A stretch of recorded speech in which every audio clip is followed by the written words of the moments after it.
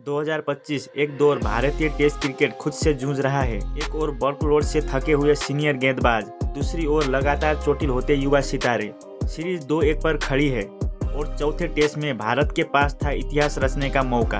मगर उसी मोड़ पर एक चौंकाने वाला फैसला लिया गया। एक नया नाम, एक अनकैप्ड खिलाड़ी, अंशुल कंबोज। अंशुल कंबोज एक नाम जो अब बहस का विषय बन चुका है।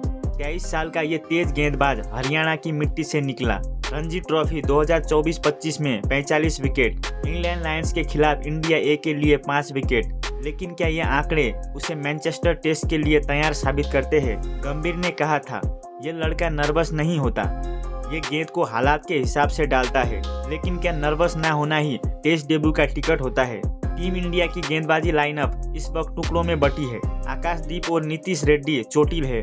सिराज थकावट से उभर नहीं पाए। बुमराह हर ओवर में रिस्क ले रहे हैं। शार्दुल ठाकुर और प्रसिद्ध कृष्णा पहले ही एक्सपोज हो चुके हैं। ऐसे में टीम मैनेजमेंट ने सोचा क्यों ना एक नया चांस लिया जाए। लेकिन सवाल उठे, क्या अंशुल से ज़्यादा अनुभवी और बेहतर विकल्प नहीं है? क्या अर्शदीप सिंह और हर्षित राणा जैसे विकल्पों को नज़रअंदाज करना समझदारी है? अर्शदीप, जिसने लगातार व्हाइट बॉल क्रिकेट में परफॉर्म किया, जो स्विंग में माहिर है, जो दबाव में विकेट निकालना जानता है, क्या वो इस बड़े मौके के हकदार नहीं है? अंशुल को चौथे टेस्ट में कैप सौंपी गई। मैनचेस्टर का मैदान, इंग्लैंड की बैटिंग लाइनअप और देश की उम्मीदें, सब कुछ एक ही पल में उसके कंधों पर आ गिरा। पहले स्पेल में लाइन लेंथ ढूंढता रहा, सीम मूवमेंट गायब थी, आत्मविश्वास भी। बेन डॉकेट और जैक क्रोली ने उसका स्वागत बाउंड्री से किया। केएल राहुल चीयर कर रहे थे, गिल हौसला दे रहे थे, मगर शायद अंशुल अभी उस मंच के लिए तैयार नहीं है। क्या गलती अंशुल की है या चयनकर्ता की? भारत ने टेस्ट ड्रॉ कर ली। क्रिकेट क्रिटिक्स ने उंगलियां उठाई। क्या इतने बड़े मैच में डेब्यू कराना सही है?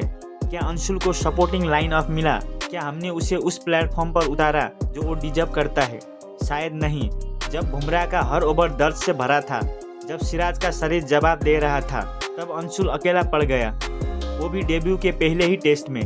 और यहाँ असली सवाल खड़ा होता है, क्या हम डेब्यू को एक अवसर बना रहे हैं या बलि का बकरा? क्या ये सही है कि एक युवा गेंदबाज को ऐसे मैदान में फेंका जाए जहां उसका अनुभव कम, उसका सपोर्ट कमजोर और उसकी तुलना दिग्गजों से की जाए? अंशुल का डेब्यू सिर्फ एक परफॉर्मेंस नहीं है, वो एक आईना है। एक आईना जिसमें हमने देखा हमारे थके हुए सीनियर, हमारी चयन नीतियों की हड़बड़ी और एक युवा खिलाड़ी के सपनों की जल्दबाजी में कुर्बानी। अंशुल फेल नहीं हुआ, वो अकेला छोड़ दिया गया। अर्शदीप, हर्षित, नवदीप, मुकेश जैसे नाम बेंच पर बैठे रहे और ड्रेसिंग रूम में एक युवा लड़का टूटता चला गया। शायद ये कहानी हार की नहीं है, बल्कि उस सिस्टम की है जो कभी कभी सपनों को संभालने के बजाय उन्हें दबाव में कुचल देता है। वो एक्सप्रेस पेस जो घरेलू क्रिकेट में डर पैदा करती है, वो आत्मविश्वास जो रणजी में हर कप्तान की उम्मीद होता है, सब जैसे दबाव में खो गया। मैच के बाद आंकड़े कुछ यूं थे, 1 विकेट, 18 ओवर, 89 रन। इतना बड़ा मौका मिला पर अंशुल कंबोज उसका फायदा नहीं उठा पाए। इतनी मेहनत के बाद जब स्टेज मिला तब परफॉर्मेंस क्यों नहीं आया?